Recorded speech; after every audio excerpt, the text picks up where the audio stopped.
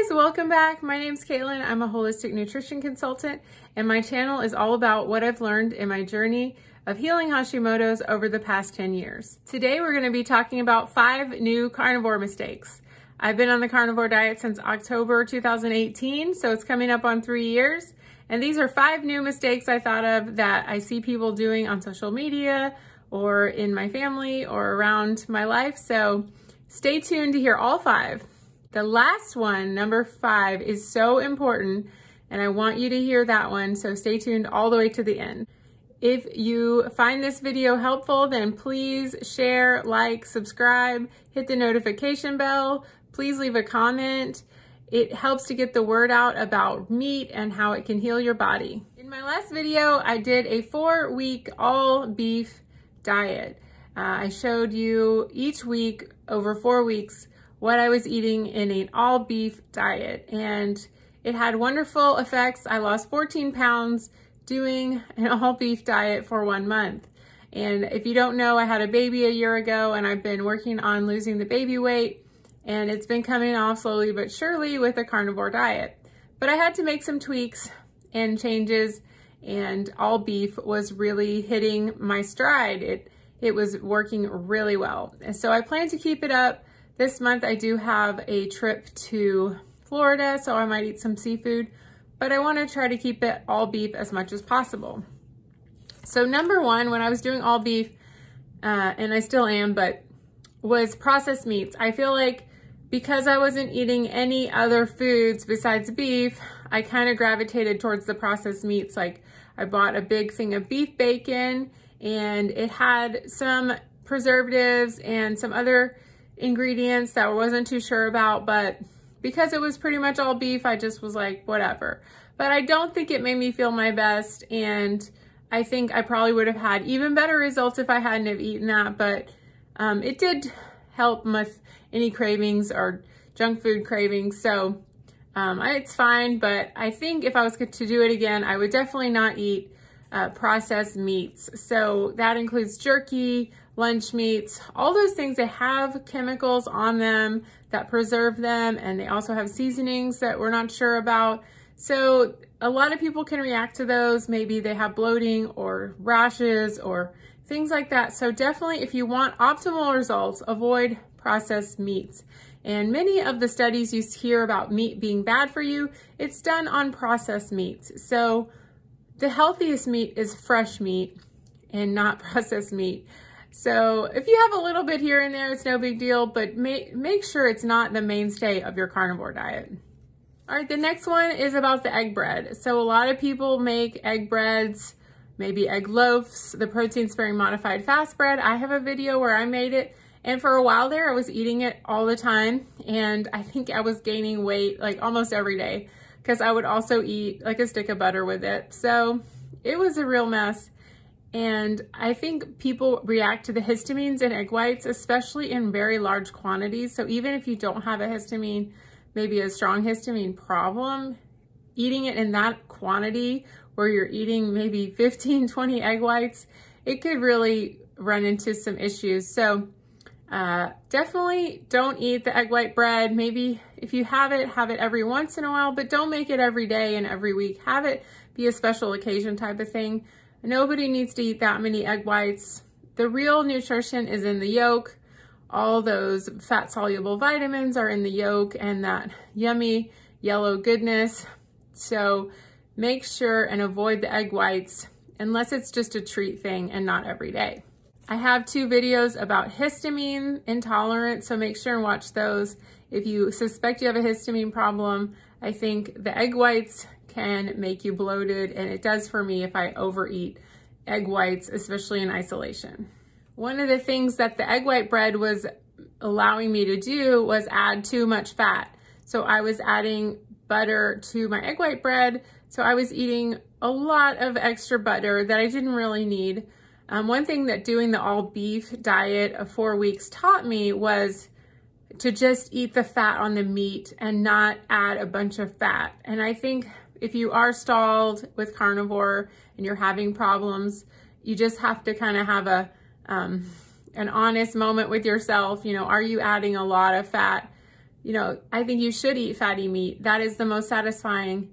But do you need to be adding a whole lot of fat to your meals, especially dairy fat, which can cause inflammation and stall weight loss? So just try to eliminate adding a lot of extra fat to your meals. It will also, a lot of people have digestive issues when they add fat. So if you do eat fat, just try to eat fatty cuts of meat, and that will be the most satisfying for you. All right, this is kind of along those same lines of adding fat to your meals, is the bulletproof coffees. So this is another thing that I have fallen into, is doing butter coffees and ghee coffee and even heavy cream in my coffee, and then drinking multiple cups of coffee. So if you are overdoing the fat in your coffee or the butter in your coffee, you really should never drink your calories. When I did the all beef month, I only allowed myself to have black decaf coffee. I drink decaf anyway, but I just allowed myself to have that because I think I was really overdoing the bulletproof coffees. So don't be putting butter in your coffee, because when you drink those calories, you really don't feel it. It's really not that satisfying, and it tends to cause you to overeat for the whole day. You got to think about it. One stick of butter has like 800 calories. So if you stick that in your coffee or over 2 big cups of coffee, that really is going to add on to your day, and you're really not going to feel it. It's just going to be like empty calories. And same thing with the heavy cream. I mean, I could drink 5-10 cups of cream coffee from Starbucks or at home. Even I could have coffee in the afternoon. So you've got to watch that. Heavy cream's 50 calories in 1 tablespoon. So it really adds up as well, similar to butter. And I'm not a proponent of counting calories or anything, but when you have a lot of extra energy that you're adding to your diet that you really don't need, it is going to cause your body to stop burning what's on it already. So give it the leg up without, you know, add a lot of meat and protein and fatty cuts that are already, you know, all in one package, but don't add a whole bunch of butter on top of your meats or add a bunch of cream in your coffee. It's just going to slow down your results, and then you're going to get frustrated, and then you might give up, and we don't want that. And number 5 is most important, and it is to take measurements and before pictures. I hear people all the time, I haven't lost any weight, and I'm 2, 3, 4 weeks into carnivore, and then they tell me, do they have any before pictures? No. Do they have any measurements? No. All they're going by is a scale, and they're not even trying on their clothes or anything like that. They're just only so laser focused on that scale. And what they don't realize is that there's so many body composition changes happening when you first start carnivore. You're kind of refeeding all those years that you were on restrictive diets, and you're kind of giving your body nutrients that it has been lacking and begging you for so long, and you're finally satisfied, and your body is building muscle. And the last thing that might happen is lose weight. So you are looking for something to happen that's just it's not ready to happen yet. So there's a lot of changes that might be going on, but if you don't have those before pictures and you don't have those measurements, then you're not going to be able to tell. So give yourself all of those metrics so that you can get a full picture of what's going on and see what's really happening in your body.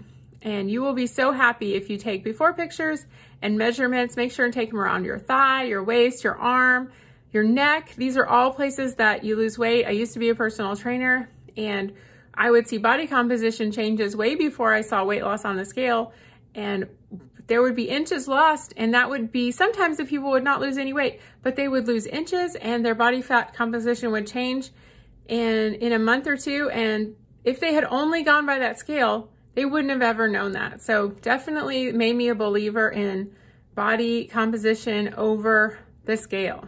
You want to have a chart where you write down everything. It is all provided in my ebook. It is the 30-day carnivore diet challenge. You get that on my website. I'll put it right here in the link below. You can sign up to get my ebook. It is sent right to you digitally, and you can start doing the carnivore challenge in the right way, not starving yourself, not counting macros, not counting calories. Get meal plans for staying home and cooking, and also one for going out to eat. And you will learn so much from my 182-page guide. I hope you download it today. Thanks so much for watching. Please subscribe, like, share, leave a comment down below of what you learned in this video. Really appreciate it. We'll see you next time. Bye-bye.